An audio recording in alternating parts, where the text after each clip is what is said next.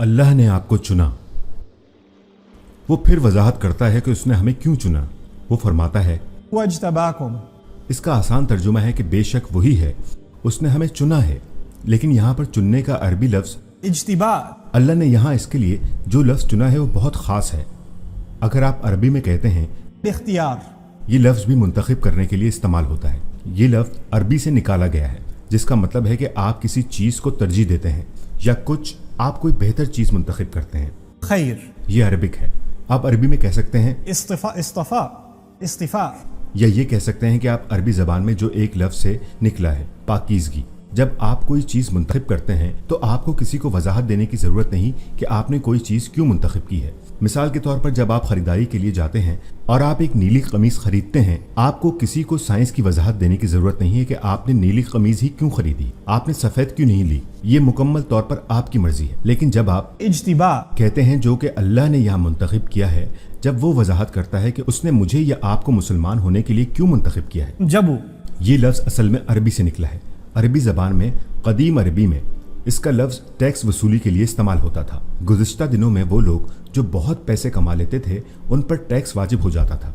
जाहिर है आजकल भी कम से कम एक मखसूस आमदन तक पहुंचना होता है, तभी टैक्स की मद में आने के लिए आपको मुंतखब होना पड़ता है। असल में मतलब है काबिलियत की बिना पर कोई चीज़ मुंतखब करना। लिहाजा एक और लफ्ज़ आप जानते हैं, जब आपको किसी नौकरी के लिए चुना जाता है या आप अपनी गाड़ी ठीक करवा रहे होते हैं या आप कोई पेच कस रहे होते हैं, आपने उसके लिए सही औजार पकड़ा है, क्योंकि अगर आपने कोई औजार उठाया तो उससे काम नहीं होगा। जब आप सही काम के लिए सही फैसला करते हैं उसे कहते हैं इज्तिबा। दूसरे लफ्जों में जो मैं समझाना चाहता हूँ वो ये है कि अल्लाह ने आपको और मुझे मुसलमान बना के इज्जत बख्शी है। आप और मैं जो कहते हैं ला इलाहा इल्लल्लाह, हकीकतन आपको और मुझे कहने की जो सादत नसीब हुई है, ये इसलिए है कि अल्लाह ने अपनी मर्जी से हमें चुना है। अल्लाह के सामने और बहुत से इंसान मौजूद थे इस सरजमीन पर, अल्लाह ने खुसूसी तौर पर आपको और मुझे चुना है अपने एक ख़ास काम के लिए।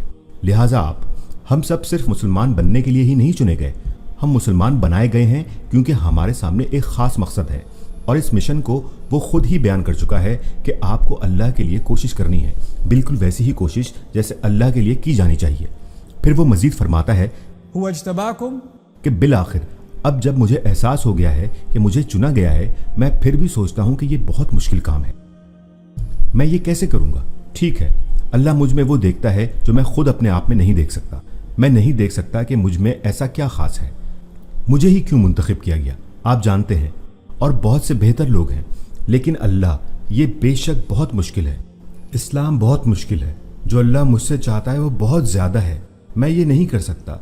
अल्लाह की तरफ से अगली आयत है वमा जअल अलैकुम फिद्दीन मिन हरज, उसने तुम्हारे लिए दीन में कोई मुश्किल नहीं रखी, कोई बेसकूनी, किसी भी किस्म की तंगी।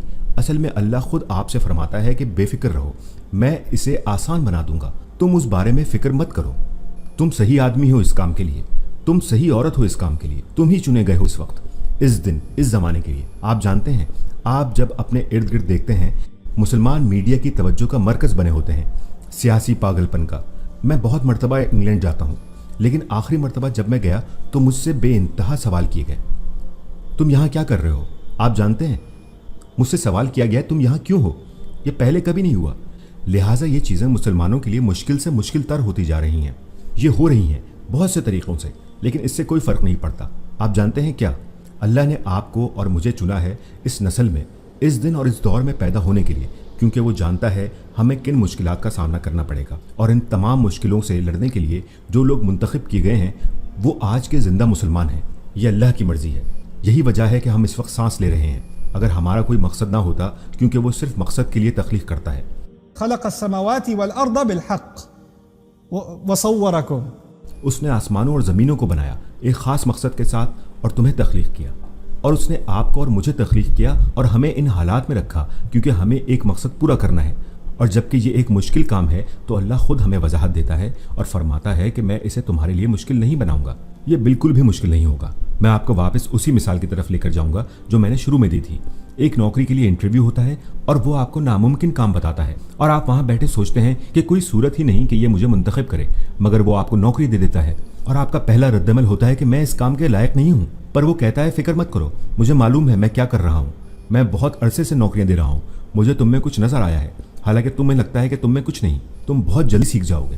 آپ جانتے ہیں میں قابلیت کو دیکھتے ہی پہچان لیتا ہوں، لہٰذا وہ آپ کی ہمت بڑھاتا ہے اور آپ کا اعتراف ہی اس طرح سے کرتا ہے کہ آپ کو خود بھی اپنے آپ پر وہ سب نظر آنے لگتا ہے۔ دوسری چیز جو یہاں ملحوظ خاطر رکھنی ہے وہ یہ ہے کہ ہر مسلمان کو اپنی قدر ہونی چاہیے۔ کسی بھی ایمان والے کو یہ نہیں سوچنا چاہیے کہ اللہ کے سامنے نکما ہے، ناکارہ ہے، بے ایمان ہے۔ اللہ کے سامنے وہ کسی قابل نہیں، وہ اللہ کے قابل ہیں۔ وہ قابل ہیں کیونکہ اللہ نے انہیں خاص طور پر منتخب کیا ہے، ان کا خاص انتخاب کیا گیا ہے۔